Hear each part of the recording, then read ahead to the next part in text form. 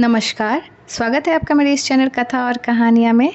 आप सबको नवरात्रि की हार्दिक शुभकामनाएं। नवरात्रि के चौथे दिन माँ दुर्गा के चौथे स्वरूप माँ कुष्मांडा की पूजा का विशेष महत्व है।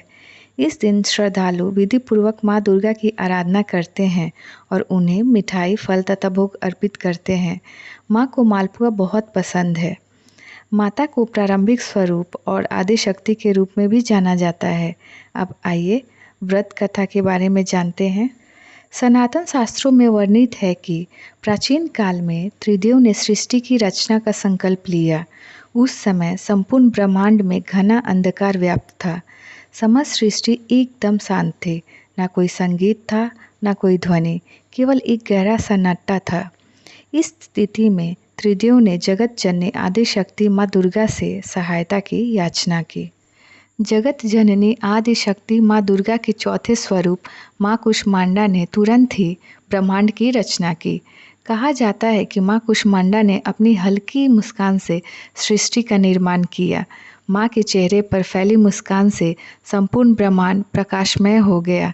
इस प्रकार अपनी मुस्कान से ब्रह्मांड की रचना करने के कारण जगत जननी आदि शक्ति को माँ कुष्मांडा के नाम से जाना जाता है। माँ की महिमा अद्वितीय है। शास्त्रों के अनुसार माँ कुष्मांडा सूर्य लोक में निवास करती हैं। ब्रह्मांड की सृष्टि करने वाली माँ कुष्मांडा के मुखमंडल पर जो तेज है वही सूर्य को प्रकाशवान बनाता है। माँ सूर्य लोक के भीतर और बाहर हर स्थान पर निवास करने की क्षमता रखती हैं। माँ के मुख पर एक तेजोमय आभा प्रकट होती है जिससे समस्त जगत का कल्याण होता है। उन्होंने सूर्य के समान कांतिमय तेज का आवरण धारण किया हुआ है। यह तेज केवल जगत जननी आदि शक्ति माँ कुष्मांडा द्वारा ही संभव है। माँ कुष्मांडा की 8 भुजाएं हैं, इसीलिए इन्हें अष्टभुजा भी कहते हैं।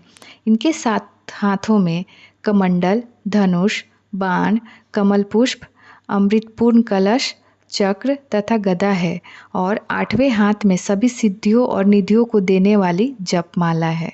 इस देवी का वाहन सिंह है और इन्हें कुम्हरे पसंद है। संस्कृत में कुम्हरे को कुष्मांड कहते हैं, इसीलिए इन देवी का नाम कुष्मांडा देवी है। अचंचल और पवित्र मन से नवरात्रि के चौथे दिन माँ कुष्मांडा देवी की पूजा आराधना करनी चाहिए। इससे भक्तों के रोगों और शोकों का नाश होता है तथा उसे आयु, यश, बल और आरोग्य प्राप्त होता है। तो उम्मीद करती हूँ कि यह छोटी सी प्यारी कथा आप सबको पसंद आए और आप इस कथा को अपने फैमिली फ्रेंड्स के साथ शेयर करें। और अगर आप मेरे चैनल कथा और कहानियाँ पर नए हैं तो इसे सब्सक्राइब करना ना भूलें। तो चलिए फिर मिलते हैं एक नई कथा कहानी के साथ। तब तक जय माता दी।